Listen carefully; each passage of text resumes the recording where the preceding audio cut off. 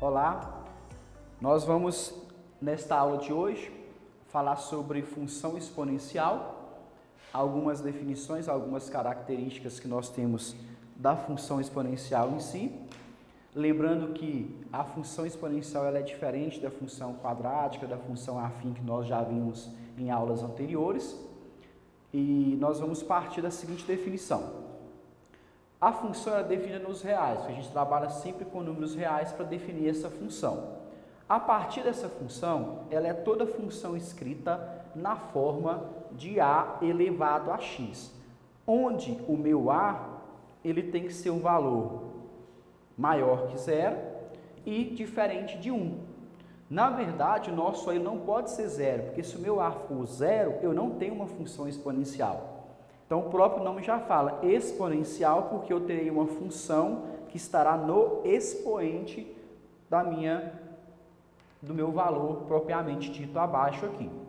Dentro da função exponencial também, nós podemos definir o domínio. O que é o domínio de uma função? O domínio de uma função, se eu estou trabalhando definida de reais para reais, o meu domínio é os reais.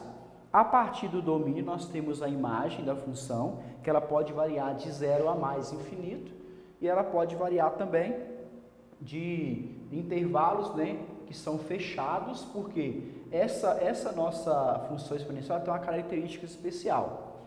Ela tem um gráfico, onde esse gráfico ele mostra uma representação muito bacana. Por quê?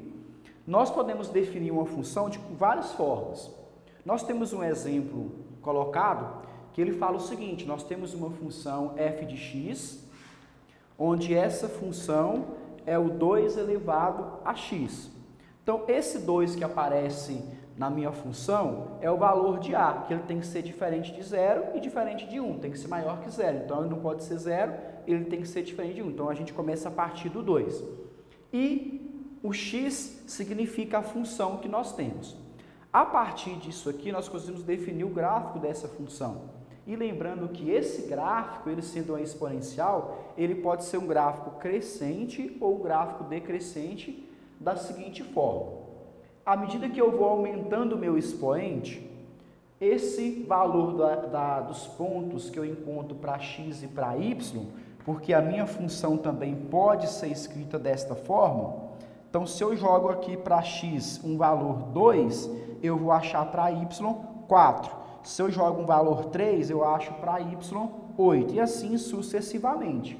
E a gente consegue construir um gráfico onde eu terei uma semicurva, né? A gente terá uma curva da parábola, aonde essa curva ela pode ser uma curva crescente ou decrescente.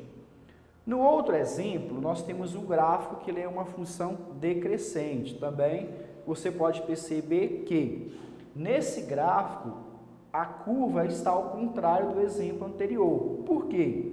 Esse gráfico, ele pode ser um gráfico decrescente, ele está começando lá no menos 2, ele está diminuindo gradativamente. E chega um certo ponto que ele vai voltar a subir. O que acontece com esse gráfico? Você percebe que a semiparábola que tem nesse gráfico aí, ela simplesmente passa no eixo x, sem tocar o eixo x, porque é uma aproximação, ela tende ao infinito, mas nunca ela vai tocar esse eixo, ela vai chegar sempre próximo ali. Porque a função exponencial, quando ela toca o eixo x, é porque o nosso valor de a é zero. Como aqui o valor de a não pode ser zero, então ela nunca vai tocar essa reta x, nem a reta y. A partir daí, como eu havia falado para vocês, a função crescente e a função decrescente, nós podemos ter o seguinte: se o meu a for um valor em que ele é maior que 1, nós temos uma função crescente. Se o meu gráfico ele está entre 0, menor que a e menor que 1, nós temos uma função decrescente. É aqueles dois exemplos que eu passei para vocês anteriormente, quando a minha função era 2 elevado a x, em que o gráfico é crescente, porque ele vai aumentando gradativamente, e o segundo exemplo, que é o gráfico quando ele é decrescente, seguindo essa determinada ordem aí. No terceiro caso, aí nós temos várias retas, vários exemplos, colocado de vários tipos de funções. Cada cor te indica uma função diferente, mas você percebe que cada função que foi colocada aí, essa reta, né, que está sendo feita, ela passa pela origem, que é o valor de 0, 0, porém ela nunca vai tocar esse eixo x, nem esse eixo y aí. Nós temos alguns exemplos de funções exponenciais em que pode ser destacado alguns membros. A partir das funções exponenciais que nós acabamos de destacar, das suas formalidades, tenho 3 exemplos de funções exponenciais, onde, para resolver cada um deles, temos que aplicar uma forma diferente de resolução.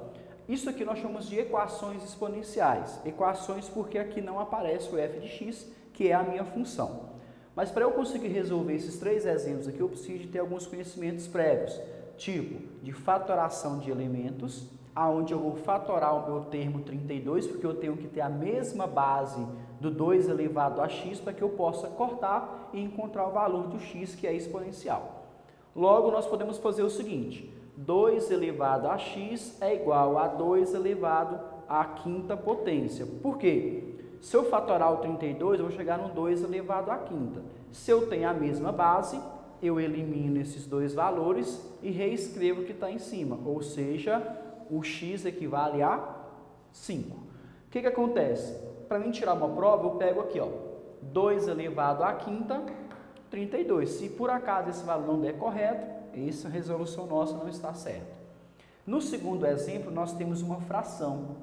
O problema de entender a fração é que aqui nós temos um 81, porém 81 e 9 são números múltiplos, ou seja, eu consigo fatorar esses 2 elementos, aqui fica 3 ao quadrado elevado a x, e aqui vai ficar um 3 elevado à quarta potência. Aí eu consigo fatorar agora e resolver. Como aqui ele está no denominador, eu vou transferir ele para o numerador. Porém, o meu expoente vem com o sinal negativo. Isso está elevado a x, que é igual a 3 elevado à quarta. Então, eu tenho 3 elevado a menos 2x, que é igual a 3 elevado à quarta. Agora sim, eu cheguei na mesma base. Elimina essas 2 bases, reescreve a função que você tem, menos 2x igual a 4. Está multiplicando, passa dividindo, então vai ficar x igual a menos 4 sobre 2. Então, o meu x é igual a menos 2. Aqui eu determinei o valor da minha expressão, da minha equação exponencial. Certinho?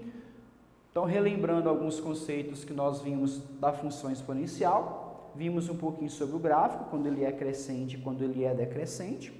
Depois desse gráfico, nós vimos como resolver uma equação exponencial, e essas equações elas são resolvidas em que conseguimos igualar as bases, cortamos essas bases e reescrevemos a equação que ficou no expoente de cada equação. Deixarei o terceiro exemplo para vocês tentarem fazer. Eu creio que vocês vão conseguir a partir dessas definições que nós vimos aqui. Só tem que lembrar que cada exemplo que você tem aqui, lembra-se das propriedades de exponenciais que nós temos, né? As propriedades de potência.